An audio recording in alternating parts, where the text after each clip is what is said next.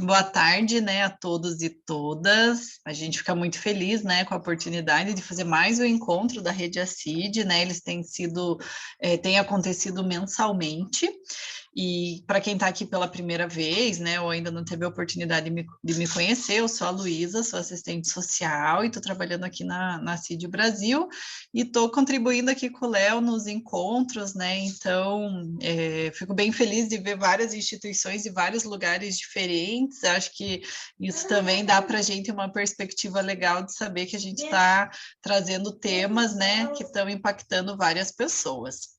Então, hoje o nosso objetivo aqui é introduzir alguns temas, ferramentas, boas práticas, né, no contexto de elaboração e gestão de projetos sociais, né? Então, é importante vocês saberem, né, que não serão formações profundas, mas a gente vai trazer algumas provocações, né, de alguns temas que a gente tem percebido relevante e que a gente possa fazer algumas trocas de experiências, né? E o nosso tema do mês de julho é sobre inovação social, né? Acho que a maioria aqui fez a inscrição, teve já a oportunidade de ver aqui esse tema. E hoje, quem vai conduzir, né, para a gente é o Léo, o Leonardo Mesquita, que todo mundo aqui, a maioria já conhece, né? Ele é nosso analista de projeto e inovações sociais da CID, né? Então, o Léo vai ter a oportunidade aí de conversar, fazer essa troca conosco. E aí, para a gente começar o nosso bate-papo, né, sobre inovação social em projetos sociais, a gente recebeu nas inscrições algumas dúvidas, né? Então, o Léo também vai se basear um pouquinho nessas dúvidas para poder conduzir a fala dele, tá? E aí, antes disso, a gente convidou o Bruno Mafuz, que ele é diretor fundador do Guia de Rodas, e a gente fez um vídeo, a gente fez uma entrevista com ele, só que hoje a gente pegou alguns trechinhos, tá? Para já instigar um pouquinho, para a gente já ir pensando, ele vai introduzir o tema inovação social, e após o nosso encontro de hoje, a gente encaminha daí para todo mundo essa entrevista completa. Tá? A gente não quis passar aqui, porque daí depois a gente passa e vocês têm a oportunidade de assistir tranquilo, voltar, né? Ele também traz várias provocações desse tema para a gente. E aí, então, a participação dele é por meio de um vídeo e o Léo vai compartilhar ali conosco, tá bom? Legal, Lu, deixa eu colocar aqui o vídeo.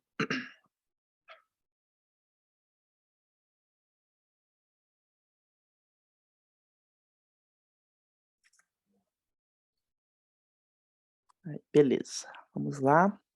Sou o Bruno Mafuz, eu tenho 38 anos, eu sou cadeirante há 21 anos e fundador do Guia de Rodas.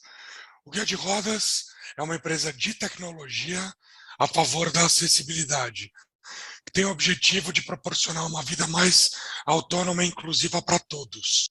A gente tem o maior aplicativo do mundo destinado à avaliação e consulta da acessibilidade de locais. Por tantas experiências desagradáveis que eu colecionei, de chegar num lugar e me deparar com um lance de escada, ou não ter um banheiro apropriado para eu usar, eu me sentia um estorvo. Muitas vezes um estraga-festas. A turma marcava um encontro de amigos num bar ou num restaurante, e eu chegava lá, não tinha condição de acesso para mim, todo mundo ficava constrangido, mudava de lugar, ou eu me sentia mal e saía francesa e ia embora. Enfim, eu percebi que o mundo não é acessível para as pessoas com deficiência. Ainda. Ele será. Mas para isso, a gente tinha que agir na informação. Nesse cenário caótico de acessibilidade que a gente tem, a informação pode fazer toda a diferença para que as pessoas tomem melhores decisões, para traçar seus deslocamentos. Na verdade, o aplicativo em si é uma ferramenta simples de geolocalização. Eu não considero que ela é a inovação social do Guia de Rodas. Eu acho que a inovação social, se assim a gente pode chamar, que o Guia de Rodas trouxe, foi muito mais uma questão de abordagem. Muita gente, quando pensa na palavra acessibilidade, pensa logo nas pessoas com deficiência. Não está errado, mas eu diria que está parcialmente certo. Estudando, eu vi que a acessibilidade é um assunto que diz respeito a toda a sociedade. Porque se a gente quebra a acessibilidade nos seus 3 pilares de sustentação, a gente está falando de conforto, segurança e autonomia. E isso é universal. 100% das pessoas precisam de acessibilidade, porque ninguém nasceu andando. A nossa proposta não foi de engajar as pessoas com deficiência, a nossa proposta foi de engajar a sociedade, uma sociedade melhor, uma sociedade com mais acessibilidade será uma sociedade melhor para todos. Eu acho que o mais difícil foi chegar na abordagem. No início, nossa vontade era sair por aí quebrando guia, fazendo rebaixamento nas ruas. Aí a gente achou um pouco ostensivo. E a gente entendeu que se a gente agisse no físico, seria como enxugar gelo. A gente tem que agir na consciência para começar. Muitas vezes não é nem por mal que a pessoa não pensa em acessibilidade, é porque a consciência dela não foi impactada por isso. Então, eu acho que o mais difícil foi o desenvolvimento da abordagem e fazer uma abordagem alegre e otimista, não apontando defeitos e sim enaltecendo virtudes. Meu conselho para quem está começando, primeiro, seria se manter firme e convicto. Isso eu acho que é fundamental. Outra coisa que eu destacaria é que, de novo, o problema é muito grande, ele é muito maior do que você. Você não vai encontrar uma forma perfeita de resolver aquele problema, ou você pode nem conseguir resolver aquele problema. A minha dica é começar. Quando você tiver a coisa mais ou menos azeitada dentro da tua cabeça, começa. Começa, porque senão você vai ficar só elocubrando, encontrando a melhor forma, e quando você vê, passou 1, 2, 3 anos e você não colocou a iniciativa para rodar. O que me ajudou muito foi começar e corrigir os erros, que são vários no percurso. E por fim, mas eu acho que não menos importante, é manter-se fiel aos teus princípios e valores. Eu acho que sozinho a gente não chega muito longe. A nossa visão sempre vai ser parcial. E é normal, por mais abrangente que seja nossa visão, ela é limitada. Mas eu não acho que você precisa ser cadeirante para trabalhar com acessibilidade, ou você precisa ter dificuldade financeira para trabalhar com algum projeto para melhorar a vida das pessoas nesse sentido. Se tua consciência foi impactada por isso e aquele problema realmente te dói e te incomoda, eu acho que você tem toda a condição de atuar nele. Mas validar com os outros é fundamental.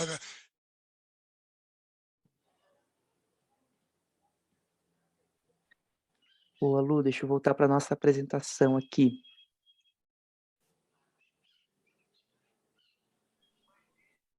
Ele travou o vídeo, Léo? Já encerrou. Ah, tá, perdão, então.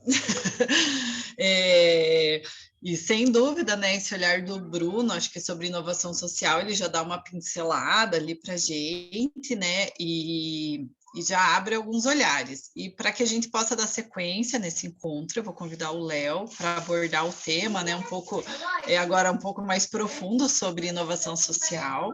Se vocês forem tendo dúvida ao longo da apresentação, você podem colocar no chat, vão levantando a mão, né? Depois também a gente vai abrir um bate-papo com o Léo, mas por enquanto, né, vamos tentando ir organizando, tá bom? Então, Léo, a fala tá contigo. Qualquer coisa, pessoal, pode ir perguntando que a gente vai se organizando.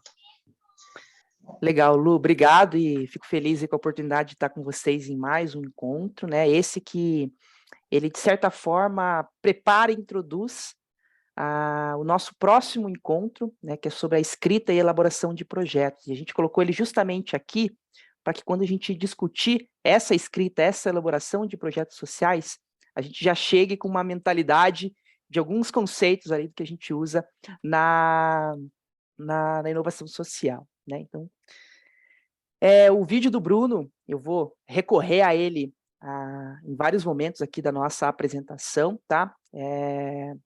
No geral, a gente vai falar sobre o que é inovação social, algumas práticas, a gente vai discutir alguns exemplos, eu vou chamar vocês aí para a gente ouvir um pouco das suas percepções também, né? E aí, qualquer questão, vocês podem ir sinalizando ali pelo chat.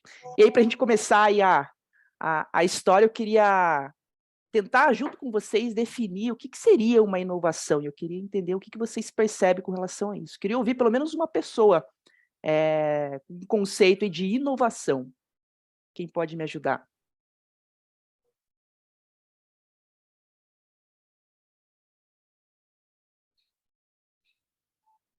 Alguém tem um pitaco? O que é inovação para vocês?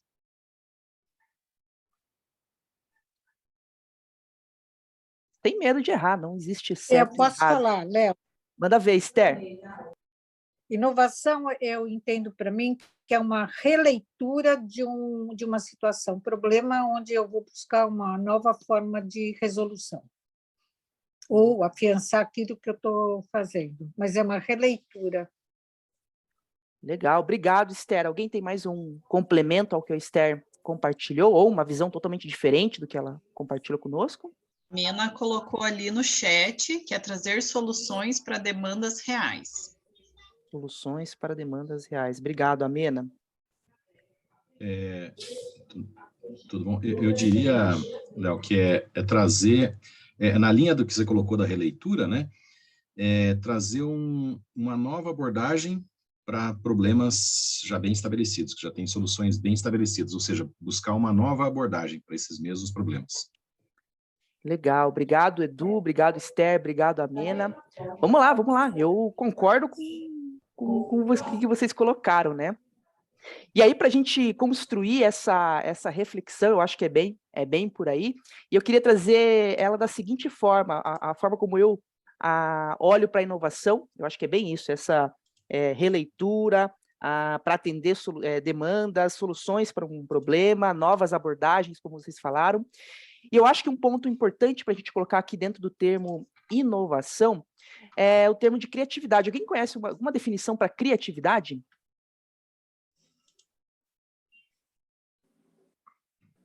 Quem já parou para pensar o que é a criatividade?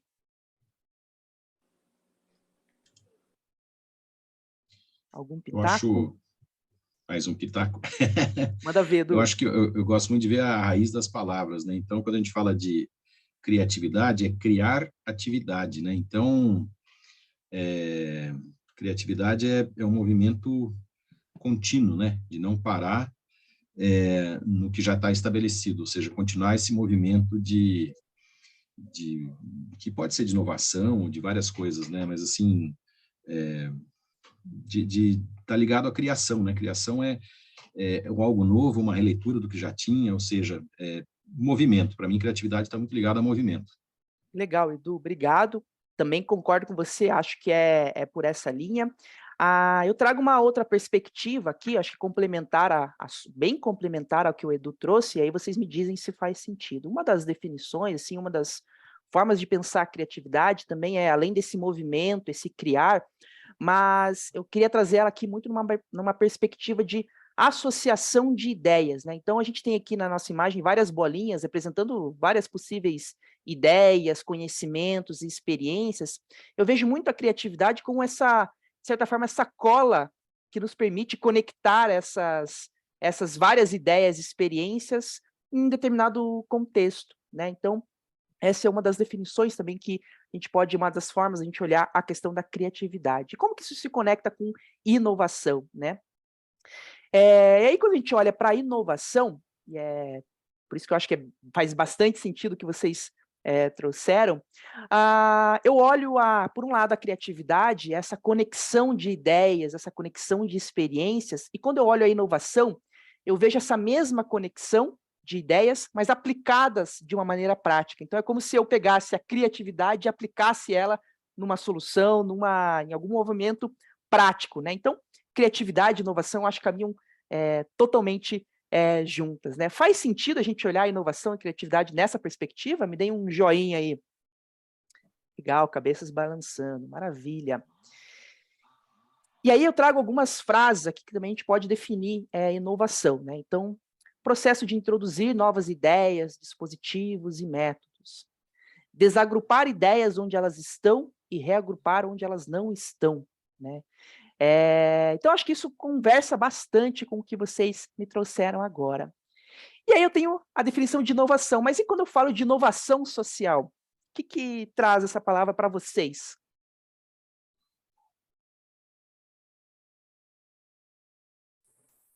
Acho que inovação social é quando você, além de inovar, resolve um problema real ligado às populações ou às pessoas.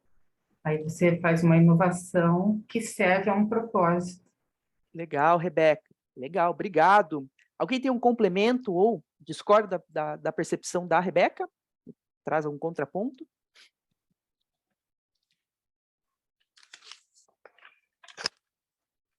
Tudo certo?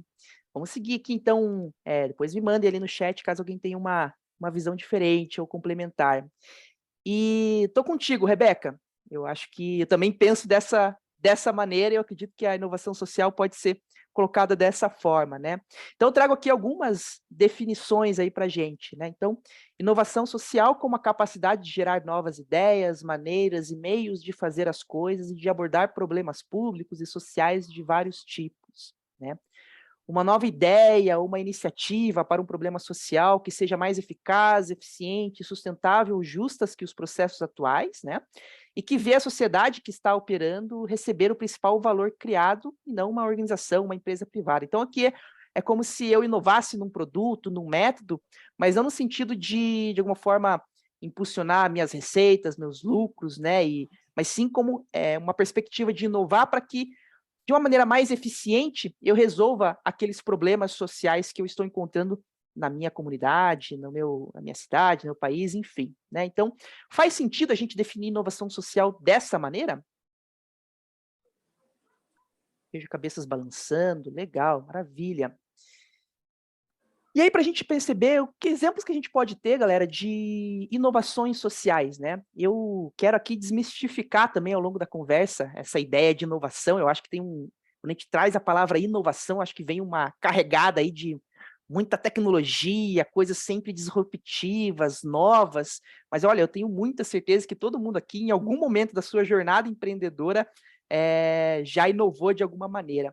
Como é que a gente alguém pode me trazer alguns exemplos aqui de inovações sociais no contexto de vocês? Da atualidade ou pode ser?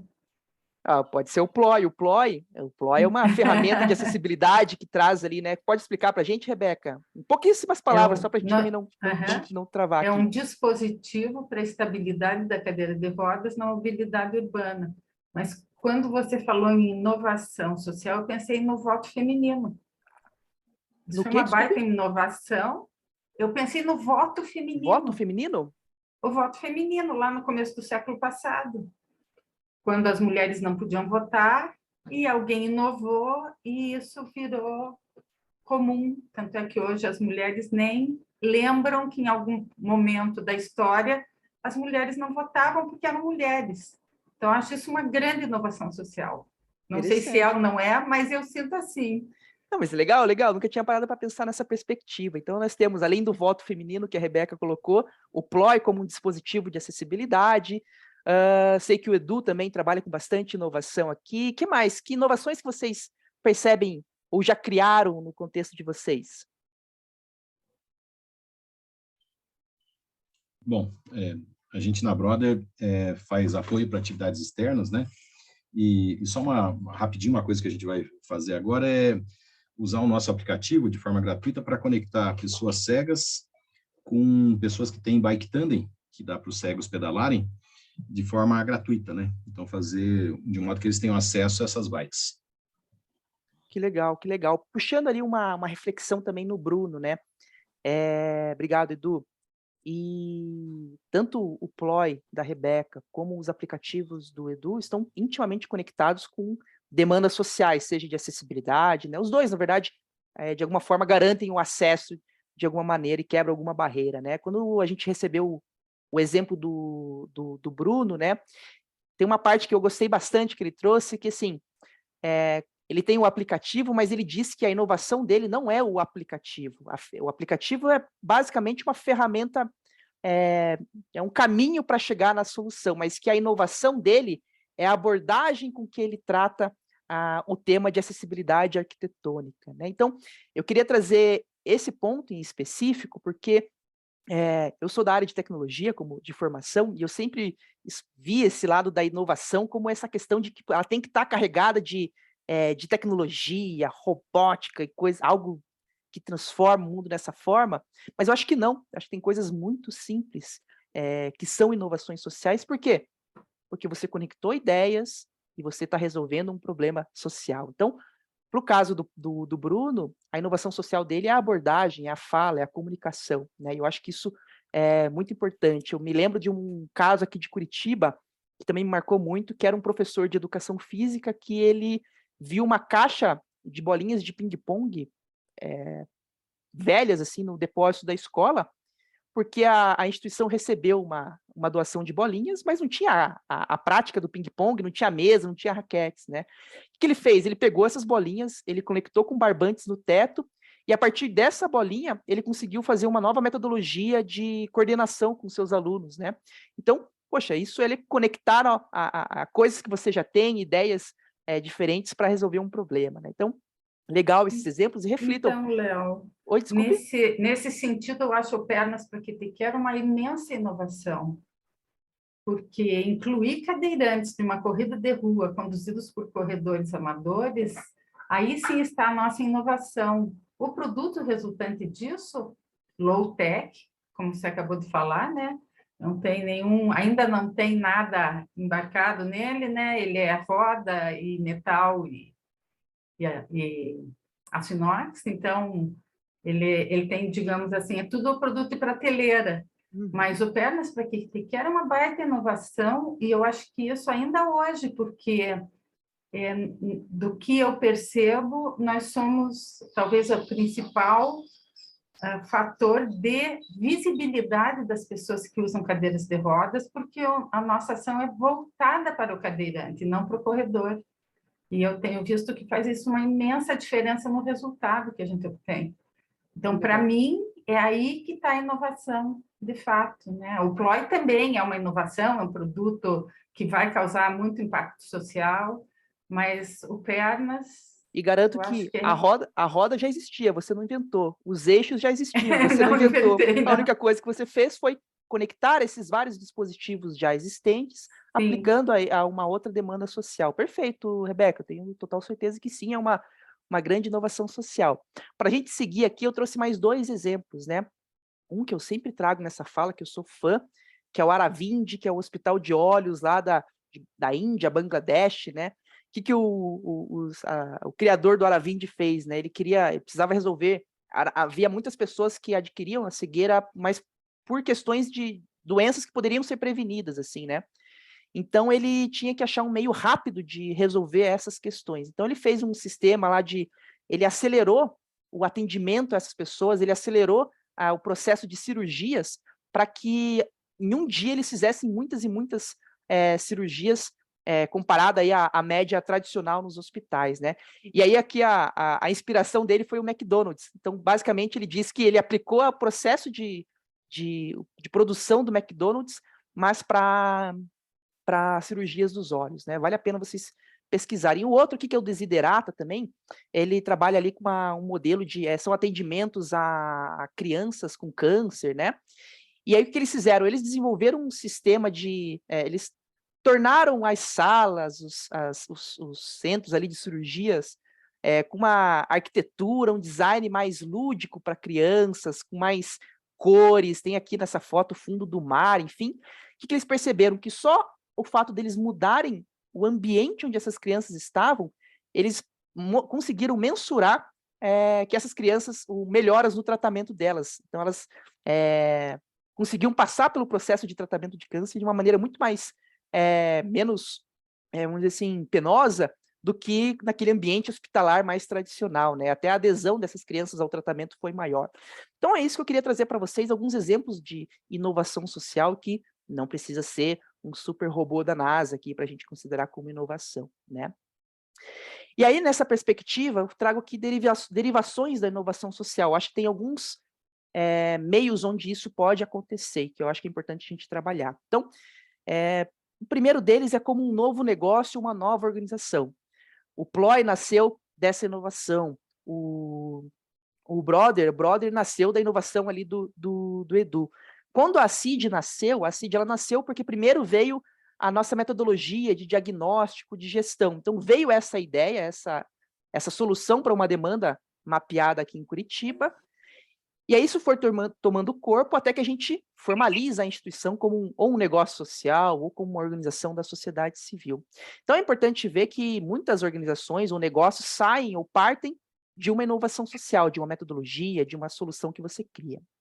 Mas é importante a gente olhar que também essas inovações elas acontecem ao longo de toda a jornada dessa organização. Então eu acredito que o primeiro dispositivo do Ploy não é igual ao dispositivo de hoje. Então, mesmo ele tendo o Pernas ter nascido nesse sentido, hoje o Ploy ele foi evoluindo também, né? Como o diagnóstico da CID, ao longo do caminho da CID, a gente foi incrementando novas metodologias, novos projetos, né? Então é importante a gente olhar que, mesmo no dia a dia, nas nossas rotinas, a gente pode sim trazer inovações sociais para aqueles projetos que a gente já executa, né? Então, cada ciclo de aplicação é uma oportunidade da gente inovar nos nossos projetos. E eu trago aqui uma outra perspectiva, que dela é um pouco mais acadêmica, né? Então, existe a possibilidade também de você ter essa questão de ter algum estudo, alguma nova metodologia, algum novo protocolo, isso virar, por exemplo, políticas públicas, né? Uma aproximação da sociedade civil, de negócios sociais com a academia. Então, acho que tem muito conhecimento na academia que podem solucionar demandas sociais que nós, organizações, estamos próximas ali do campo, né? Então, aqui na CID a gente ainda não tem essa aproximação com a academia, está nos nossos planos, mas eu sei que tem muitas organizações aqui que trabalham, e aí com métodos científicos, que também são inovações sociais, mas com outros tipos de métodos, né? Então, queria que vocês refletissem sobre esses 3 pontos, né? E aí a inovação social, como vocês já me falaram, eu acho que ela surge a partir de um problema, né? A gente chama aqui, tem um termo em inglês que é o burning, né? Aquilo que queima no seu coração, né? Aquela dor, aquele incômodo, né? E a partir desse incômodo que você, poxa, o que eu posso fazer para resolver aquele problema? Então eu vou trazer aqui para vocês alguns pilares que eu acho que é importante vocês refletirem nesse processo e que eu acho que impacta na hora de vocês escreverem alguns projetos, né? Entendendo que a cada novo edital, a cada novo projeto, a cada nova demanda é uma oportunidade de você, mesmo que numa parcela muito pequenininha, inovar socialmente. Então, as inovações não precisam também sempre derivar para novos projetos, novos negócios sociais, né? Então, é aquilo que eu falei de inovação incremental. E aí eu começo com essa frase que para mim é bem importante: nada é novo, incluindo essa regra, né? Então a roda do Ploy não é nova, não é novidade, né? Então é isso. A gente não precisa sempre criar coisas novas, mas sim associar métodos, ferramentas já existentes, mas numa nova abordagem, né? Vocês mesmos falaram, alguém falou, né? Acho que a Esther falou a releitura, né? Acho que é bem isso, Esther, é bem a releitura de contextos, né? E só o simples fato de eu conhecer uma inovação, por exemplo, lá na Bahia, e, sei lá, aplicá-la numa comunidade aqui no Paraná, só aí vão demandar, só nessa transferência de tecnologias, já vai demandar adaptações que também a gente pode considerar como uma inovação social, uma nova abordagem, né? Então, vou trazer alguns pilares para a gente refletir, para vocês refletirem aí no dia a dia de vocês. A primeira delas é dependência de caminhos. Eu acho que a gente precisa começar quebrando essa dependência. O que é isso? O que é essa dependência de caminhos?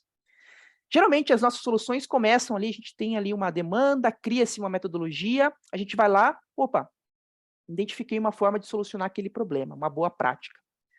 Aí eu vou lá, aplico essa boa prática no campo, valido, poxa, funcionou, minha metodologia super funcionou, né? Essa prática, essa metodologia, ela vai crescendo, eu vou aplicando ela em outros contextos, ela vai ficando tão boa, eu falei, cara, sempre que eu tiver essa demanda, eu vou resolver com aquela metodologia. E aí, no fim, o que é comum acontecer? Eu ficar preso a um caminho, ou seja, sempre eu vou querer resolver os problemas com aquela metodologia, com aquele projeto, com aquele dispositivo. Por que isso é um problema para a inovação? Porque não permite que você vá, ciclo após ciclo, melhorando a sua evolução, porque você está dependendo desse caminho único que você encontrou. Então é importante a gente quebrar esses caminhos. E como que a gente quebra essa dependência, né? Esforço coletivo, compartilhar a ideia com mais grupos, com mais pessoas, em novas regiões, em novas localidades, listar as nossas tendências, os nossos vieses, né? Será que eu não estou aplicando essa metodologia muito com o viés de quem está aqui em Curitiba, com essa jornada, e aí se eu for para um outro país, para um outro estado, será que eu não tenho que quebrar um pouco a minha percepção, não tenho que quebrar um pouco os meus vieses, né? Quebrar os problemas em pequenas partes, né? Então ele funciona para aquela totalidade, mas ele é um sucesso por quê? Quais são as pequenas partes que fazem aquela inovação social ser um sucesso? Porque às vezes quando eu for evoluí-la de alguma forma, eu não preciso evoluir a inovação como um todo, mas eu posso mudar uma abordagem, eu posso mudar uma ferramenta, né? Ah, poxa, agora eu quero fazer dessa forma o engajamento dos voluntários, porque eu senti que na última vez a apresentação que eu fiz não deu boa, né? Então, se abra para quebrar essas dependências, né? E repense as suas suposições, as suas rotinas, os seus processos, né? Então, eu acho que esse se abrir para o novo, essa tua liberdade de autocrítica, né, e repensar os seus processos, ferramentas e inovações sociais é um passo importante para a gente sair dessa dependência de caminho e não ser duro de tipo, não, eu só posso fazer se for dessa forma, né? Isso é bastante importante.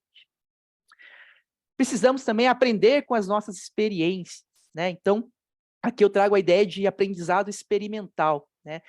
Eu fui lá, tentei algo, né? Tive uma experiência com essa minha vivência, refleti sobre essa experiência, aprendi com ela, vi o que deu certo, o que não deu certo, e a partir dessa reflexão, desse aprendizado, na próxima vez eu tento de alguma outra maneira, né? Eu ajusto um pouquinho mais a minha engrenagem para ela ficar mais perfeita ainda, né? Então, nesse aprendizado experimental, trazendo aí para a nossa realidade em gestão de projetos sociais, fui lá e criei um projeto, criei uma metodologia, eu crio e testo essa minha ideia, né? Eu aplico no campo, né? E eu reflito sobre esse trabalho que eu fiz. Como é que estão os voluntários lá? Eu consegui engajar os voluntários? Poxa, nem tanto. Tá, então, o que eu preciso ter? Que requisitos eu preciso ter? E quais foram as minhas limitações naquela intervenção? Poxa, eu tive pouco tempo, eu tive pouco recurso, eu tive isso, eu tive aquilo, mas olha, para ela funcionar, eu já percebi que se eu não fizer o encontro de tantas horas com os nossos voluntários, eu sei que isso é o mínimo para eu conseguir engajá-los. Então, numa próxima oportunidade que eu tiver essa etapa de engajamento de voluntários, eu já vou fazer esses ajustes. E ciclo após ciclo, a gente vai evoluindo a nossa metodologia, a nossa inovação, né? Então, aprendam com as suas experiências, né? Olhem para trás. Ao final de cada projeto, tenham a etapa de aprendizado, de discussão com o seu time. Pessoal, o que deu certo? O que não deu certo, né? A gente faz aqui na CID a ideia do que bom, que pena e que tal, né? Então, usem essa ferramenta aí no final de cada projeto de vocês, de uma maneira, não no sentido de apontar erros. Ah, a Rebeca não fez isso, por isso que não deu certo. O Edu, você devia ter feito. Não, não é essa a proposta. Rebeca, o que não deu certo naquela parte que ficou sobre sua responsabilidade, né? E você tem alguma ideia do que poderia ser diferente? Léo, poderia ser diferente isso, aquilo? Anota, registra isso e não deixe de implementar na próxima oportunidade. Associe ideias, vocês falaram bastante ali, né, de novas abordagens, ideias, né? Então, essa demanda que eu tenho, ela existe em outros lugares ou é uma particularidade do meu contexto, da minha comunidade? Como que esse problema é solucionado em outros lugares? Quais foram as tentativas já existentes, né? Então, eu acredito que a maioria dos problemas que a gente tem não são, a não ser que seja algo mas tão particular que ninguém vivenciou aquilo, né? Pode acontecer, obviamente, né? Mas eu imagino que a maioria dos problemas, eles acontecem em outras regiões também, principalmente no nosso eixo social, né? Então, tenho essa etapa de pesquisa, de conhecer outras metodologias, se conecte com as suas redes, né? Uma coisa que eu sempre faço quando eu trabalho nesse processo é de compartilhar com a equipe, com amigos, né? Mesmo que tenha, poxa, sonhei com uma ideia, na manhã seguinte eu vou lá e compartilho com alguém próximo. Porque essa pessoa ela vai me dizer, Léo, isso aqui já existe. Ou, Léo, poxa, mas dessa forma não sei, mas se você fizer igual a essa outra organização aqui, pode dar certo. E aí você vai conectando essas pontas, né? Conecte as experiências e os seus conhecimentos, né? Experiências de projetos passados, as suas experiências. Eu, Leonardo, tenho a minha jornada individual, né? Ao longo da vida eu aprendi tantas coisas, né? E isso é próprio meu, né? Então, como é que eu posso usar isso nos meus projetos, das minhas intervenções e sugerir isso dentro dos nossos processos de inovação social? E o Edu, a Luísa, a Esther, o André tiveram outras experiências. Então, se a gente se conecta, pode sair um caldo novo aí nessa sopa, né? E fora do contexto social, né? Quais soluções existentes? O cara do Aravindi foi procurar a solução dele no McDonald's, né? Será que tem alguma coisa, algum produto, alguma ferramenta que existe fora do eixo social, mas que se eu fizer alguma adaptação, eu posso aplicar na minha realidade, né? Então, acho que essas reflexões são bem importantes, assim, antes da gente escrever, elaborar o nosso novo projeto. Pessoal, até aqui, como é que a gente está? Tudo bem? Tudo certo? Beleza, então. Maravilha. Léo, Oi. como aqui associando ideias, o referencial teórico que a gente vai buscar de outros especialistas também entra aqui? Muita certeza, Esther, com muita certeza. Então, novamente, a conexão com a academia, né? Quero resolver lá não sei, algum exemplo, Esther, me ajude aí. A questão do acolhimento familiar que você tanto trabalha, né? Deve existir inúmeros psicólogos, assistentes sociais que fazem dissertações. Então, a tua experiência de vida e acadêmica, com certeza, entra como ideias, metodologias que podem ser aplicadas aqui, né, Esther?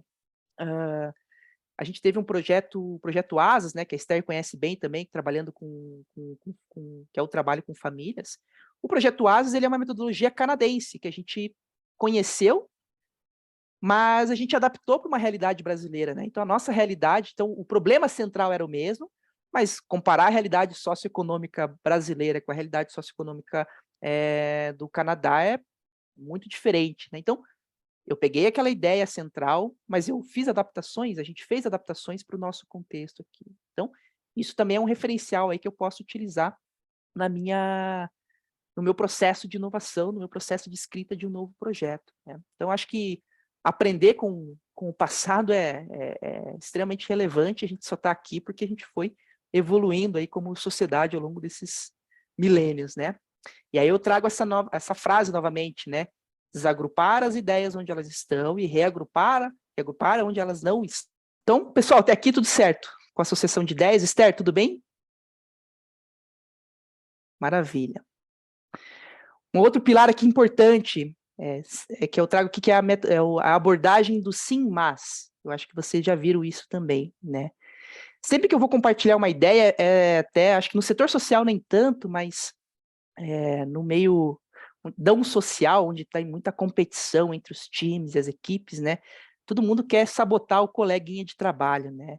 Então é importante a gente verificar se o nosso time ele é propositivo ou se ele é mais pessimista com as coisas, né? Então eu trouxe uma ideia para o meu time, sim, mas eu acho que não vai dar certo. Eu acho que isso, eu acho que aquilo. Não, mas já tentou, mas não tentou, né?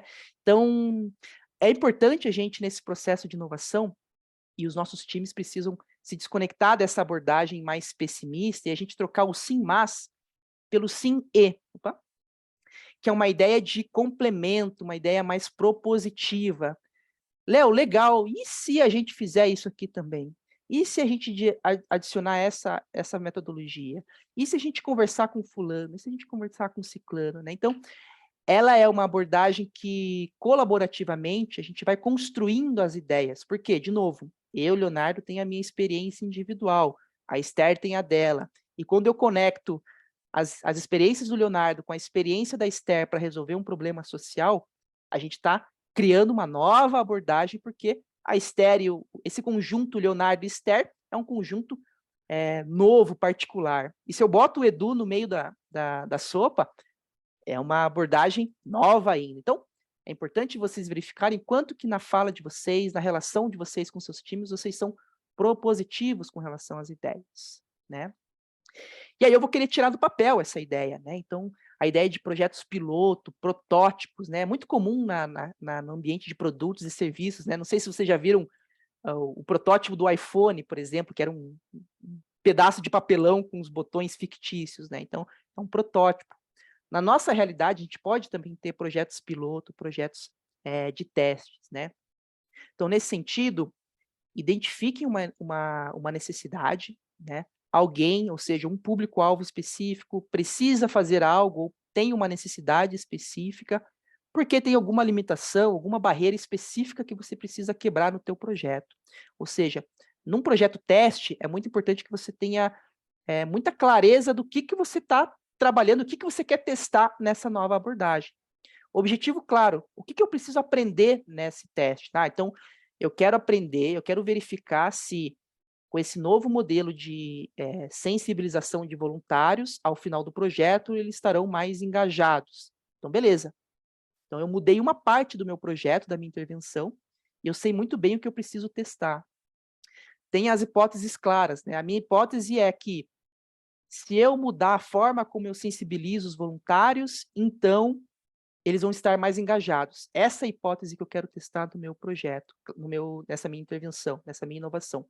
Obviamente que em projetos maiores você vai ter mais e mais hipóteses a serem testadas, né? Então, isso é importante quando você for escrever ou fazer um projeto piloto, tenha isso em mente, né?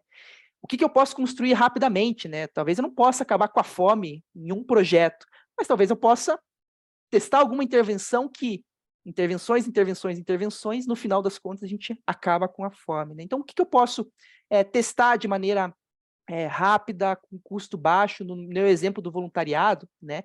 Poxa, eu posso mudar rapidamente aqui partes da minha apresentação de sensibilização, que isso já vai ser uma abordagem nova, uma inovação, né? Então, olhem o que vocês podem testar e construir rapidamente com baixo custo. Isso é bastante importante. E o principal, né? Como eu vou capturar os resultados, né? Fiz lá todas as mudanças, apliquei, fiz o projeto teste, mas eu nunca validei, eu nunca verifiquei se isso aconteceu de fato, se as mudanças aconteceram de fato, né? No nosso encontro, que eu não me lembro o mês agora, mas é no próximo semestre, obviamente, né? A gente já encerrou o semestre, a gente vai ter um encontro só sobre mensuração de impacto. E aí, quando a gente falar sobre mensuração de impacto, isso vai estar conectado muito com esse como capturar os resultados, porque há várias metodologias que você pode usar para validar ali as mudanças, enfim, as transformações dentro do seu projeto social. Então, você vai testar um projeto novo, uma metodologia nova, olhe para esses itens aqui. Inovação ama diversidade. Eu acho que não tem, o Bruno falou isso também, né? Ele falou, você não precisa ser cadeirante para construir uma inovação para os cadeirantes, você não precisa... Ele eu acho que não lembro se estava no trecho, mas vocês vão ver na pesquisa, na entrevista completa, ele nos contou que mesmo ele sendo cadeirante, ele não respondia por todo esse recorte populacional, né? Então, foi importante para ele conversar com outras pessoas de outras realidades, de outros contextos. Por isso que eu acho que a diversidade é muito importante para a inovação, para essa construção colaborativa, para que a gente quebre aquelas barreiras do caminho que eu falei, né? A dependência do caminho, quebre vieses, quebre as nossas suposições. Eu acho que isso é certo, mas será que isso é realmente certo? Será que essa é a melhor abordagem, né? Será que eu aqui dentro de casa, em Curitiba, sei exatamente como aquele grupo com quem eu vou trabalhar precisa acessar essa minha inovação, né? Então, diversidade traz diferentes experiências, diferentes formas de perceber o mundo, diferentes personalidades, diferentes formas de agir, né? Então, ambientes diversos contribuem muito para a inovação. E aí, para a gente fechar essa reflexão, beleza, Léo, como é que eu tiro tudo isso do papel? Né? Acho que essa é a grande questão. Principalmente no nosso setor, onde a gente tem uma limitação de recursos, muitas vezes, tanto financeiros quanto de pessoas, de tempo. Há a urgência também, né? Eu não posso ficar para sempre testando, né? Então é importante a gente ter a responsabilidade também com o público com o qual a gente vai atuar, né? Então, verifique a possibilidade de você fazer pequenos testes, né? Aquilo que eu falei, né? Eu já fiz eu já apliquei essa ferramenta ou essa metodologia em projetos passados. Tem alguma coisa, algum aprendizado, alguma mudança que na próxima intervenção, no próximo ano, eu posso fazer diferente? E o que eu quero testar com essa diferença? Então, faça pequenos testes, você não precisa necessariamente criar algo totalmente do zero. E aí vem as mudanças incrementais no projeto, e eu incentivo novamente vocês terem essa rotina, que ao fim de cada intervenção, de cada projeto, façam ali a reflexão com o seu time de lições aprendidas, o que bom, que pena e que tal, né? Essa é uma das abordagens que se pode ter. E como que eu financio isso, né? É muito difícil, principalmente para quem tem como principal fonte de recurso a renúncia fiscal, recursos públicos. Aqui nem sempre a gente tem a margem para testar novas metodologias, novas abordagens, porque a gente precisa ali, como é um dinheiro público, eu preciso aplicar metodologias que realmente, comprovadamente, entregam um resultado, né? Então, geralmente, essas fontes de recursos não são boas assim, para você testar novas metodologias. Mas a gente pode recorrer a fundos, para quem é para a área mais acadêmica, existem fundos de pesquisa, filantropia, doação de pessoas físicas, doação de pessoas jurídicas. Quando a gente desenvolveu o projeto Asas em 2020, a fonte de recursos para esse projeto foram cotas de doações. Então, a gente foi lá atrás de pessoas que, de alguma forma, tinham uma conexão com o tema. Olha, existe esse problema é real, a gente apresenta faz algumas rodadas de apresentação, a gente tem uma proposta, uma abordagem para tentar solucionar parte desse problema. E a gente está buscando parceiros que acreditam que o problema realmente é urgente e que essa solução pode dar certo. Você topa ir com a gente? Né? Então, essa rede de conexões, de doadores, pode ser uma forma interessante de vocês financiarem os seus testes. Né? E se for uma mudança muito pequena, né, muito rápida de se fazer, aí os próprios recursos próprios da instituição podem ser usados, né? Se você estrutura uma área de inovação especificamente, aí você pode pensar em algumas modalidades, por exemplo, parte das receitas que a gente tem anuais vão para um fundo interno de inovação, né? Então, sei lá, eu tive um resultado positivo esse ano nas contas da minha instituição, e eu tenho um protocolo interno que 5% dessa receita vai financiar inovações no próximo ano, né? Então, pode ser ou novas metodologias, né? Então, pode ser uma forma de abordagem. E campanhas específicas, eu não sei se está aqui, eu sei que ela estava inscrita, as nossas colegas do Instituto JNG, lá no Rio de Janeiro. Então, eu lembro que elas estavam testando uma nova metodologia de moradias independentes, né? E eu lembro bem que elas tinham várias campanhas de financiamento coletivo para tirar o projeto piloto do ar. Até agora eu estou recebendo a comunicação dos avanços do projeto. Então, você tem lá um problema, uma abordagem, a campanha de financiamento coletivo pode te ajudar a tirar do papel. E depois isso pode virar um serviço, pode virar um projeto que você capte de maneira rotineira, por exemplo, com empresas, com outros investidores. Olha, eu já validei essa ideia, ela funciona e você pode, sem medo, aplicar aqui nesse novo contexto, né? E aí, para a gente finalizar aqui a fala, tirar qualquer dúvida ou comentário sobre o tema, eu queria que vocês levassem duas frases assim, que eu acho que é bem legal, assim, eu levo para mim, né? A primeira delas é essa, onde diz: quem se preocupa cria, né? Então é aquilo, né? Quantas pessoas que, por uma dor pessoal ou da sua comunidade, não criaram tantas ONGs aí no país, ou tantos projetos sociais no país, né? Então, essa preocupação, aquilo que eu falei, né? A dor que queima aqui dentro, mas te motiva para a ação, né? Então, acho que isso é bem importante. E uma última frase que eu queria trazer para vocês é da nossa conselheira, ela da Aliança Empreendedora, a Lina. Ela sempre nos diz que apaixone-se pelo problema e não pela solução. Por quê? Né? Naquele sentido dos vieses, né? Às vezes eu estou tão conectado com a solução, mas eu não estou mais olhando para o problema real, né? Então, a partir do momento que eu me conecto com os problemas, com as demandas, as soluções podem mudar, porque para mim o importante é ser solucionado e não necessariamente ser solucionado com essa solução, né? Então, se conectem com os problemas e não com as soluções. Pessoal, era isso que eu queria trazer para hoje, alguns pilares aí que vão nos ajudar no nosso próximo encontro, que é a elaboração de projetos sociais. Queria, acho que tem um outro minutinho ali para a gente ouvir alguma percepção de vocês antes dos recados finais. E aí eu passo a bola para a Lu aí mediar esse final.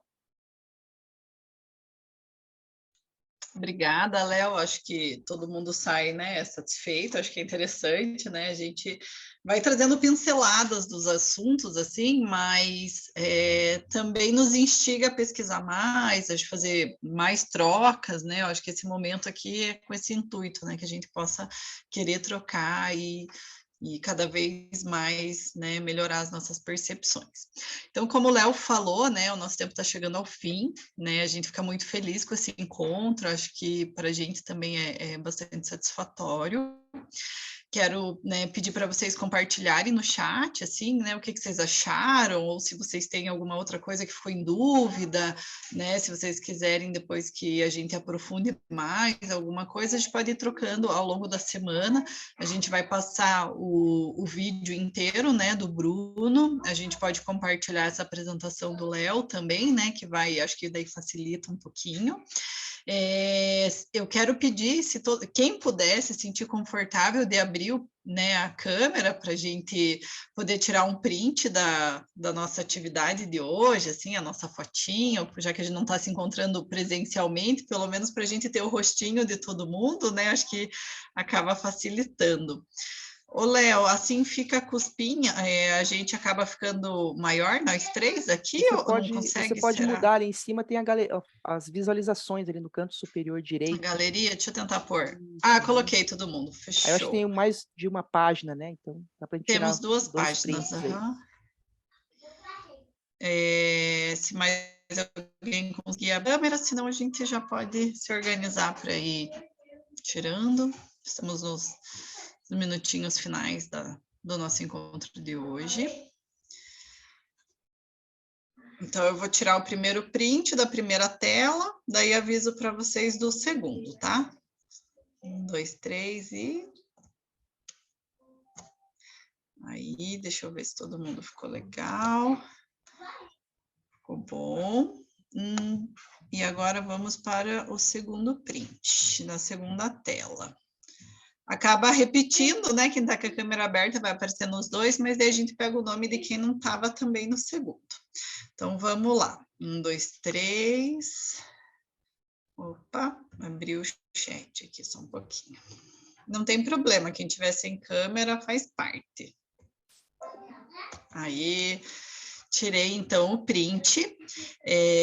Depois a gente compartilha com vocês, né? Acho que é legal esses momentos. Marquem na agenda, então. A gente já tem o dia do nosso próximo encontro. Será no dia 29 de agosto, também uma segunda-feira. A gente escolheu todas as últimas segundas-feiras do mês, assim, pode acontecer de acabar alterando, mas a gente quer tentar manter até para ficar mais fácil a organização. Então, a última segunda-feira do mês, né, do mês de agosto, será dia 29, às 15h30. A gente já tem a nossa linha ali, né, que a gente está fazendo sobre a gestão de projetos, falamos sobre os aspectos jurídicos, falamos sobre inovações sociais, e o próximo encontro a gente falará sobre elaboração de projetos. Acho que também é um tema bastante interessante, né, vale a pena. As inscrições estarão abertas ao longo da próxima semana, e aí também já vamos compartilhar com vocês quem será o nosso convidado especial desse mês. E aí, antes de vocês saírem da chamada, vou pedir para vocês responderem ao nosso questionário do encontro de hoje. A gente tem feito esses questionários, né, mais para que a gente possa melhorar os nossos encontros, né, para que fique cada vez melhor para todo mundo. Então, quando a chamada encerra, já vai uma pesquisa automática para vocês, tá? E aí, se vocês puderem preencher, só para a gente ter esse feedback dos nossos encontros. E aí, queria agradecer, né, de coração, desejar uma boa semana para todos e todas. Até o mês que vem, né? E aí, um forte abraço. Não sei se o Léo também quer se despedir de todo mundo, ou se alguém quer falar mais alguma coisa.